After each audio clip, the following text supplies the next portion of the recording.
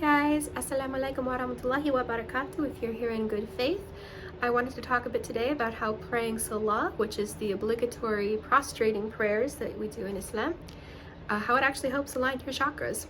More on that in a moment. I did a community post recently about how a lot of the Sufi mystics in India, which are Muslim mystics, kind of combine some parts of the spiritual practices of the yogis, of the Hindu yogis in India, and how obviously they remained monotheistic and they didn't accept some of the theological stuff, but they did accept some of the meditative practices and other things which were already kind of present in Islam, but they kind of merged in some ways where they were compatible. That community post was from a video by Let's Talk Religion, and I had some commentary above the video clip from them that I shared. Little warning, we do have some sound from the heating fan. I've got several heaters on, plus my humidifier, and we've got 20-mile-per-hour winds today. Yay! So, it might be a little noisy in the background. I don't know how good the noise cancellation is with this. I figured today would be a good day to focus on this sort of thing instead of anything that required a perfect noise environment, which, you know, it's easier to talk and you can kind of hear me talk than it is to try to create music or something like that. So we're doing some talking, and I wanted to talk about the chakras. So while we're not going to be going into the whole history of the Hindu stuff, if you're interested in that, check out my recent community post. I might even link that video and the community post in the description if I remember to do that. And oh, Tibby's sitting over there behind the camera, and hopefully she doesn't try to jump on it. But yeah, so getting to the point, when you pray Salah, which is the obligatory prostrating prayers, you go through a whole standing and then prostrating and then standing, called rakat, when you do it several times. And when you start out, a lot of Muslims will do a prayer beforehand, such as Allahumma ij'alni minat tawabin waj'alni minal mutahhirin, which is to make your heart as pure as the most pious among the Muslims, for lack of better phrasing, without getting into too much of the history of Islam at the moment. And then they'll do the Shahada, Ashhadu an la ilaha illallah wa ashhadu anna Muhammadan Rasulullah. And then you'll start the actual prayer. And the first thing you'll start with is takbir, which is Allahu Akbar. As you're doing this, your energy centers in the hands are open to receive, and you're also creating a shield at the same time, because the next prayer you're going to do is either over the heart or over the stomach, depending on which tradition of Islam you do, and whether you're male or female. And you do the protective prayer, which is A'udhu billahi minash shaitani rajim bismillahir rahmanir rahim, which is I call on you, Allah subhanahu wa ta'ala, to protect me against, I seek refuge in you against Satan. And you're invoking Ar-Rahman Ar-Rahim, which is the most gracious, the most compassionate. So you're asking for this like softness of light and nur. That's what you're really invoking here, is what you're bringing in, and you're bringing that in around the area of the crown chakra and the third eye. And of course you're speaking throughout this, so everything is going to be blessing in the throat chakra area. So this really covers the first, or the top three, I should say, chakras. And you're bringing in that blessing. And you're also kind of creating a shield and pushing away any negative energy. And then you're bringing that shield in towards the heart as well.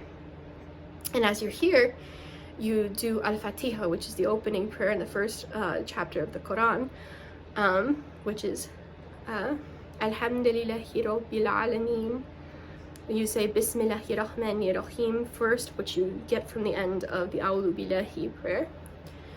And Alhamdulillahi Rabbil Alameen Ar-Rahmanir Rahim Maliki Yawmiddin Iyyaka na'budu wa iyyaka nasta'in Ihdinas siratal mustaqim Siratal ladhina an'amta alayhim ghayril maghdubi alayhim waladdallin. Ameen.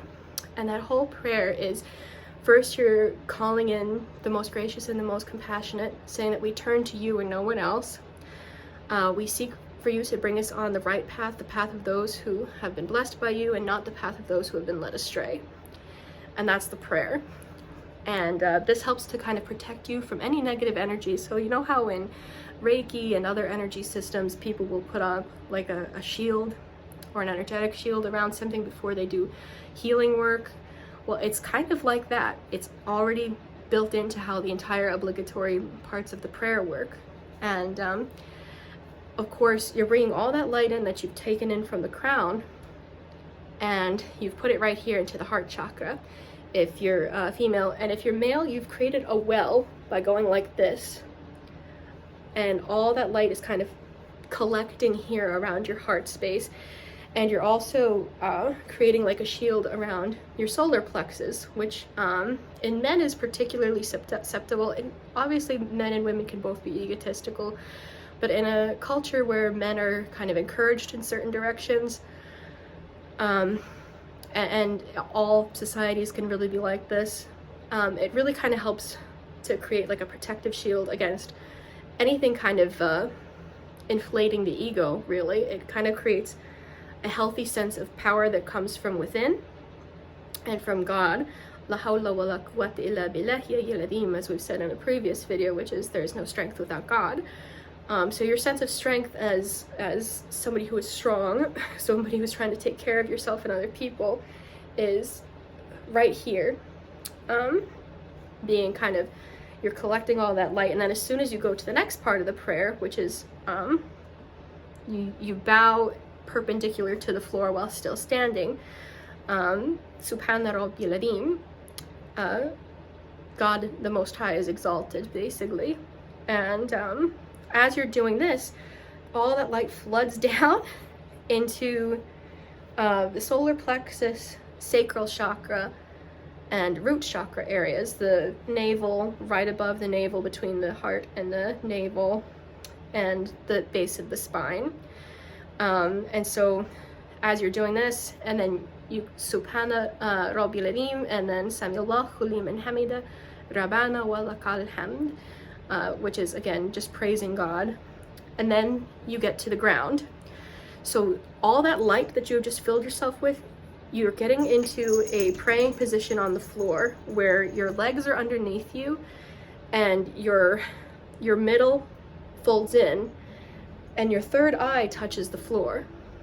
And this floor is on the prayer mat, and it's like praying before the kursi, the throne of God, is basically what you're having in mind as you're doing this. And as you're doing this, it's like, imagine that everything is so clean, and like you are really clearing out and cleaning this third eye area. All the blood in your body is coming up towards the head, and really helping develop that prefrontal lobe and parts of the brain that don't always get as much blood flow. And then you come back up and you're praying seated still on your knees, and then you do a second time doing sujood, is what it's called, bowing with your head and nose to the ground, and you say Subhana Rabbil A'la, so my Lord Allah is exalted, and Subhana wa ta'ala. And as you're doing this, you're moving all that energy that came right down the spine back up it, from the root to the crown and the third eye. So you've brought all this down and you bring it right back up, and you do this several times. And so it's really just clearing out the whole system very beautifully. And of course you're wishing for peace and blessings upon the prophets. But even if you're not like thinking just about that, which is an important part, because when you pray for blessings for others, you bring blessings upon yourself. So you're increasing the good energy, you're removing any negativity, you're shielding it, you're cleansing and aligning your chakras. And this has been before Islam ever reached India and came in contact with these people. The system of praying Salah already did all these things for you. So it's interesting how, when Islam came to India, some people you know, obviously there was some conflict, but there were others within the Sufi movement who were able to see the similarities of some yoga positions, for example, or meditative practices, and what Islam does, and they were able to find a place of blending. But even if you never take up yoga, you're doing this like 5 times a day. If you're doing this every morning even, you're aligning your chakras every single time you do it. And that's a really beautiful thought. So if you're interested in, you know, knowing about more than one system of spiritual energy work, that's a really cool thing to know.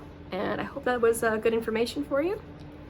And you guys have a great rest of your day. And I hope you're all doing well and healthy. Bye-bye. Why are you sitting behind the camera the whole time? Oh, hey, good baby. Oh, hey, good baby. Oh.